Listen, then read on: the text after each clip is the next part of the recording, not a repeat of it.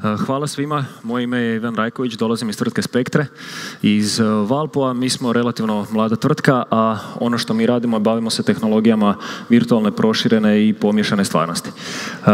Možda krenuti sa virtualnom stvarnosti koja u biti nam je i nekako možda najpoznatija.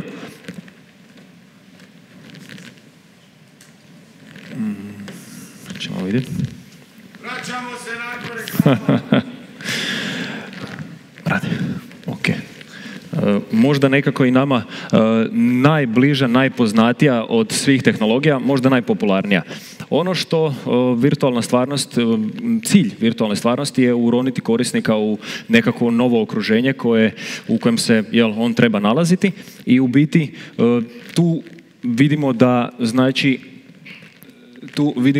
nekakve prednosti u raznim nekakvim granama. Ono što smo mi radili smo jedan projekt sa Kopačkim ritom, sa Parkom prirode Kopački rit, gdje smo sa kamerama koje snimaju 360 stupnjeva snimali određene lokacije unutar samog Kopačkog rita, lokacije koje nisu dostupne nekakvim komercijalnim turama i tako smo bildajući aplikaciju u headset, znači koji može biti samostalan ili ga možete zakačiti za nekako računalo ili igraču konzolu, dobili taj osjećaj, dobili smo jednostavno potpuno drugačiji osjećaj gdje korisnik kao da se nalazi na toj nekoj mikrolokaciji. Znači odlazili smo sa rangerima na određene pozicije i tako smo ritu dali još jedan nekakav pogled, dali smo korisnicima drugačiji doživljaj samog Kopačkog rita. Cilj tehnologije, odnosno slučaj koji smo mi u biti radili, nije bio da odvratimo korisnika, nego da mu poboljšamo iskustvo. Evo ovako nešto kao što vidimo i ovdje. Znači radi se o umjetno kreiranom sadržaju, znači ovo je jedan od načina kako virtualnu tehnologiju primijeniti. Vidimo jednu tvornicu, jedno postrojenje, malo smo drugačije nego u turizmu zavrtili priču, gdje jednostavno imate prikaz tvornice i samog rada postrojenja. To je još jedan od načina kako možemo simulirati, odnosno uroniti korisnika u to iskustvo. Proširena stvarnost, odnosno augmented reality, je jedna tehnologija koja u biti nam je svima nedavno tek predstavljena, a najviše ćete ju prepoznati po tome što su klinci počeli s telefonima trčati okolo, ganjati nekakve lutke, odnosno Pokemon Go. To smo svi doživjeli, vidjeli smo i to je sada u biti bio boom augmented reality-a. Prije se nije toliko pričalo o tome. Što je augmented reality? Augmented reality nam jednostavno daje taj novi sloj, znači na svijet koji mi gledamo, obično kroz mobilni telefon ili tablet, on nam da nekakav novi pogled, odnosno layer informacija koje su vezane za stvarnost. Što tu vidimo kao nekakvu prednost? Vidimo prednost u tome što jednostavno sada više nemamo samo običan nekakav, nama, ajmo ga nazvati 2D prikaz, nego izmišljamo novi svijet. Znači, zamislite sada primjenu u nekakvim muzejima, zamislite primjenu dok šetate gradom, evo Google već ima svoj AR modul u svojoj navigaciji, znači dok se šetate možete upaliti AR modul i on će vam kroz telefon, odnosno gledajući kroz kameru, u ulici pokazati gdje vi trebate skrenuti i što trebate raditi.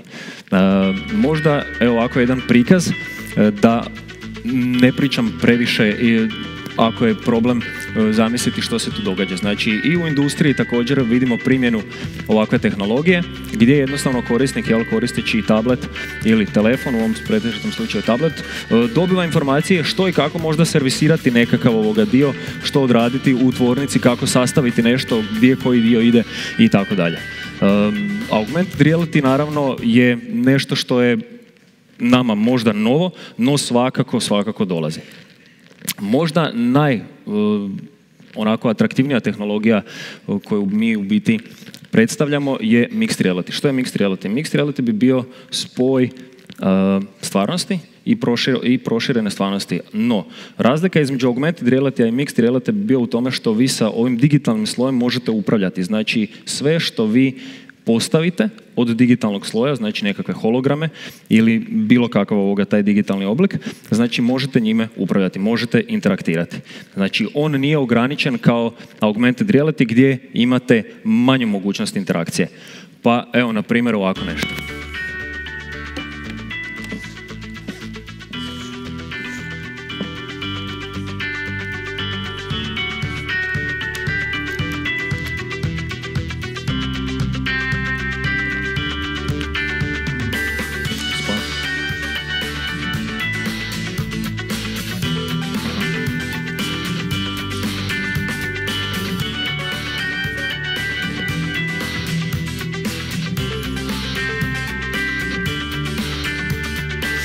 vidite ovdje, jel, kako u biti jedan radnik koji je došao na posao, možda prvi dan, možda drugi dan ili treći, nije općenito iskusan, može tehnologijom pomiješane stvarnosti jednostavno puno učinkovitije odraditi svoj posao, jer su mu ovi digitalni layeri dostupni, animirani su i jednostavno je to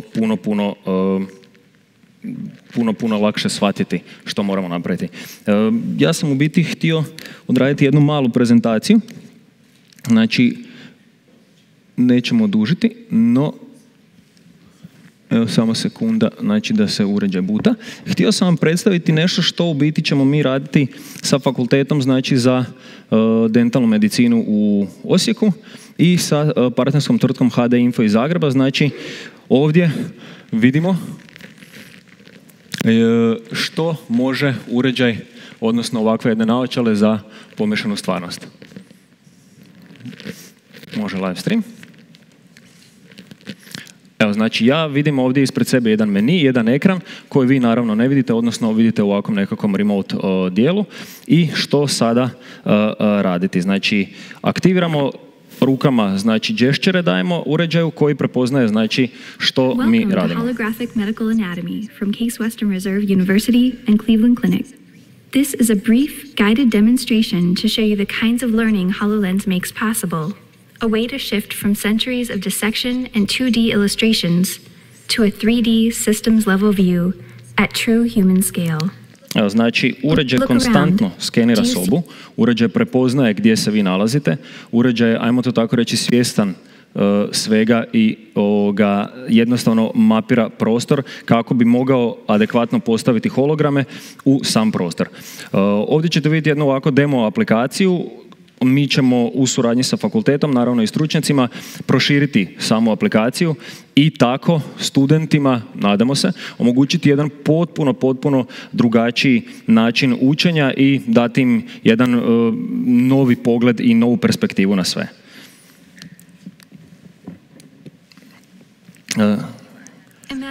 3D model, odnosno hologram kojeg ćete sada vidjeti, znači on se, ajmo reći, zaključa na samu lokaciju i vi oko njega, znači, možete obilaziti bez ikakvog problema. Znači, vidite ga, jel, ovako kako je. Znači, sigurno ćete se složiti sa mnom da je ovo jedan od načina na koji ćemo neusporedivo interaktivnije shvatiti, učiti i surađivati. Ono što u biti ovdje još možemo napraviti, znači možemo dodatno animirati ove sustave do, ajmo reći, beskraja.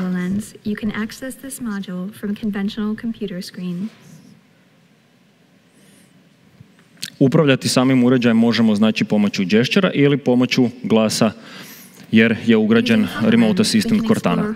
Proizvod je tvrtke Microsoft i već se nalazi i verzija 2 na tržištu koja je puno naprednija, koristi je AI čip, a nadamo se u verziji 3 će doći i do 5G samog modula.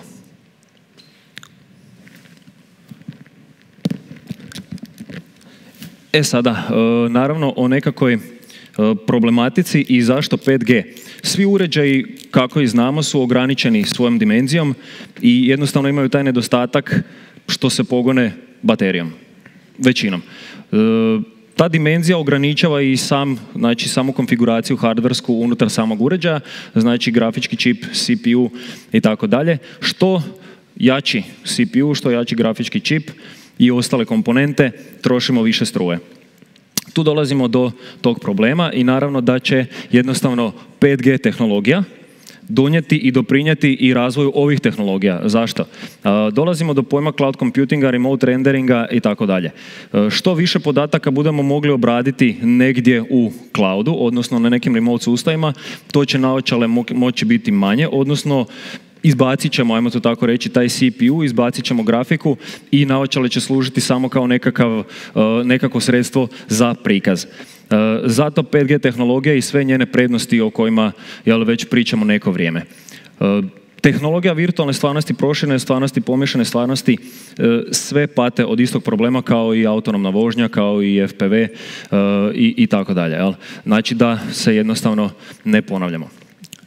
Hvala vam na prezentaciji, odnosno na pažnji i to bi bilo to.